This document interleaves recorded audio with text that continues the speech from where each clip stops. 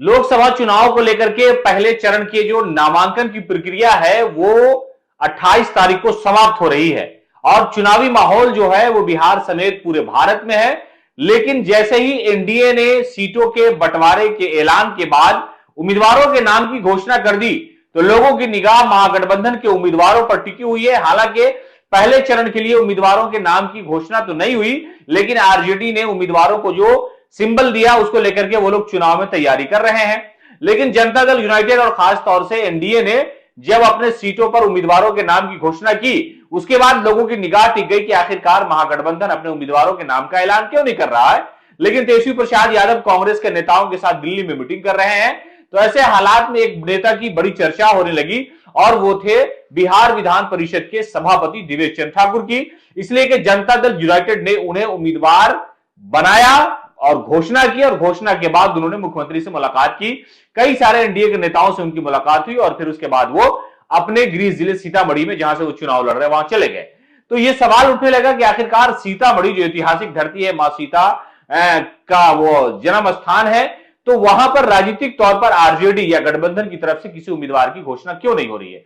तो दरअसल मसला यह है कि वहां पर अब तक जो हालात है उस हालात पर हम आपको रोशनी डाल करके बता रहे हैं कि वहां पर मसला क्या है।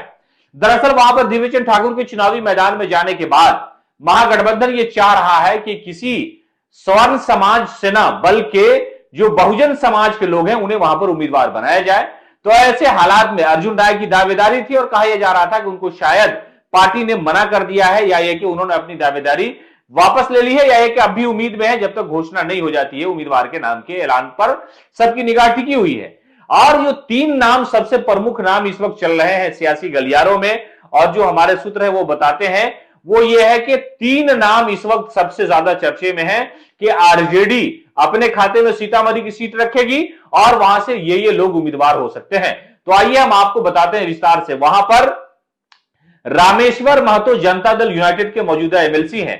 उनका घर सीतामढ़ी जिला के बीच बीच में स्थित है, रोड के किनारे उनका घर है, लोगों का आना जाना है उनके यहां और पॉलिटिकली वो पहले से एक्टिव है। तो आरजेडी उन पर भी दाव लगा सकती है और कहा जा रहा है कि रामेश्वर महतो भी टिकट की रेस में है और आरजेडी उनको भी टिकट दे सकती है। पहला नाम। दूसरा नाम है डॉक्टर शिवशंकर महतो। सीतामढ़ी में दो तीन बड़े सर्जन हैं जिनका एक बड़ा नाम है और उनका अपना एक सेवा भाव की जो प्रक्रिया है उससे लेकर के उनका जो एक चर्चा रहता है वो उसमें एक डॉक्टर शिवशंकर महतो है, बड़े वो चेहरा है और आरजेडी चिकित्सा प्रकोष्ठ के वो जिला में जिम्मेदारी भी संभाल रहे हैं। उनकी भी चर्चाएं और कहा जा रहा है कि डॉक्टर शिवशंकर महतो भी कोशिश में लगे हैं और आरजेडी उन पर भी हो सकता है कि फैसला ले ले। तीसरे नंबर पर है सुनील कुशवाहा जो सीतामढ़ी में पार्टी की बड़ी जिम्मेदारी संभाल रहे हैं, वो नगर विधायक रहे हैं और इस वक्त वो कोशिश में लगे हुए हैं। तो कुल मिलाकर के देवेश चंद्र ठाकुर के खिलाफ महागठबंधन की तरफ से यानी खासतौर से आरजेडी की तरफ से तीन नामों की बड़ी चर्चा है। उसमें से रामेश्वर महतो है, उसमें से सुनील कुशवाहा है और एक डॉक्टर साहब हैं। तो कहा यह जा रहा है कि ये तीनों अपनी शिवशंकर महतो, डॉक्टर शिवशंकर महतो एक बड़ा नाम है, सीतामढ़ी डुमरा में वो रहते हैं, उनका क्लिनिक है और कहा जा रहा है कि वो राजनीतिक तौर पर बड़े एक्टिव है, पार्टी के लिए बड़ा काम कर सकते हैं। तो ये हो रहा है कि तीन लोगों पर अभी निगाह है, असमंजस बनी हुई है और देखिए कौन लोग बाजी मारते हैं, किसकी जो प्रोफाइल है वो पार्टी तक पहुंचती है और कौन उम्मीदवार होंगे, इस पर निगाह लोगों की टिकी हुई है।